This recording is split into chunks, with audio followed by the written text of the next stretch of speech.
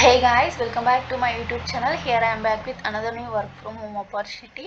Amazon వాళ్ళైతే ఇంకొక మంచి వర్క్ ఫ్రమ్ హోమ్ ఆపర్చునిటీ గురించి రిలీజ్ చేశారు. ఇక్కడ రోల్ నేమ్ వచ్చేసి ఇన్వెస్టిగేషన్ అసోసియేట్. దీనికి ఎక్స్పీరియన్స్ కూడా ఏం అవసరం లేదు, 0 to 1 years ఆఫ్ ఎక్స్పీరియన్స్ అంతే. ఒకవేళ మీకు ఎక్స్పీరియన్స్ ఉన్నా పర్లేదు, యాడెడ్ అడ్వాంటేజ్ ఉంటుంది, ఇంకా మిమ్మల్ని హైర్ చేసే ఛాన్సెస్ ఎక్కువ ఉంటాయి. ఇదైతే కంప్లీట్గా వర్క్ ఫ్రమ్ హోమ్ L2 రోల్కి అయితే వీళ్ళు హైర్ చేసుకుంటున్నారు.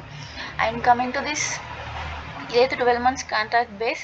12 months కదా, తర్వాత ఏం చేయాలి అని అట్లా అనుకోకుండా అప్లై చేయండి. మీ వర్క్ వాళ్ళకి నచ్చితే ఎక్స్టెండ్ చేసేసి పర్మనెంట్ చేస్తారు, చేసి కూడా L3 పొజిషన్ అయితే ఇస్తారు. అప్పుడు ఇంకా మీ సాలరీ బాగుంటుంది. అండ్ ఇది బెంగళూరులో స్టార్ట్ అయింది అని అనుకోకండి, ఇది వర్చువల్, ఇక్కడ క్లియర్గా మెన్షన్ చేశారు వర్చువల్ అని. అండ్ ఇదంతా టీం గురించి, అమెజాన్ టీం గురించి.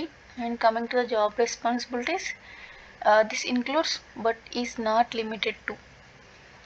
ఈ రోల్ అయితే వచ్చేసి రీసెర్చ్ చేస్తూ, ఎవాల్యుయేట్ చేస్తూ, సెల్లర్స్ కరెక్ట్గా ట్రాన్సాక్షన్ చేస్తున్నారా చేయట్లేదా అని చెక్ చేయాలి. ఏదైనా లైక్ వాళ్ళు ఇన్కరెక్ట్ అడ్రస్ ఇచ్చి అలా ట్రాన్సాక్షన్ చేస్తుంటారు కదా, అవి కరెక్ట్గా చేస్తున్నారా చేయట్లేదా అని చూడాలి. అండ్ కరెక్ట్గా అప్రోప్రియేట్ యాక్షన్స్ తీసుకోవాలి అండ్ ట్రాన్సాక్షన్స్ పైన.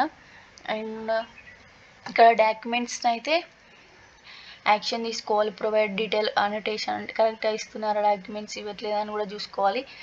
కమ్యూనికేట్ అవుతూ ఉండాలి ఇంటర్నల్ కస్టమర్స్తో, ఎక్స్టర్నల్ కస్టమర్స్తోని. ఇంటర్నల్ కస్టమర్స్తోని అయితే ఈమెయిల్ పైన కమ్యూనికేట్ అవుతూ ఉండాలి. ఎక్స్టర్నల్ కస్టమర్స్తోని అయితే వయా ఫోన్స్ అండ్ ఈమెయిల్స్తోని కస్టమర్స్తోని మనం కమ్యూనికేట్ అవుతూ ఉండాలి. అండ్ ఇక్కడ ఇష్యూస్ని అయితే అర్థం చేసుకోవాలి, అండర్స్టాండ్ చేసుకోవాలి అన్నట్టు. అవి అలా అండర్స్టాండ్ చేసుకొని రిజాల్వ్ చేస్తూ ఉండాలి. And escalate problems or variance, అంటే కొన్ని ప్రాబ్లమ్స్ కూడా ఎస్కలేట్ చేస్తుంటారు, అవి కూడా క్లియర్ చేయాలి. అండ్ ఇక్కడ ఇంటర్నల్ అండ్ ఎక్స్టర్నల్ స్టేక్ హోల్డర్స్తో కూడా కమ్యూనికేట్ అవుతూ ఉండాలి మనం. కొన్ని మెట్రిక్స్ ఉంటాయి, అవి కూడా క్రియేట్ చేస్తూ అనలైజ్ చేస్తూ ఉండాలి.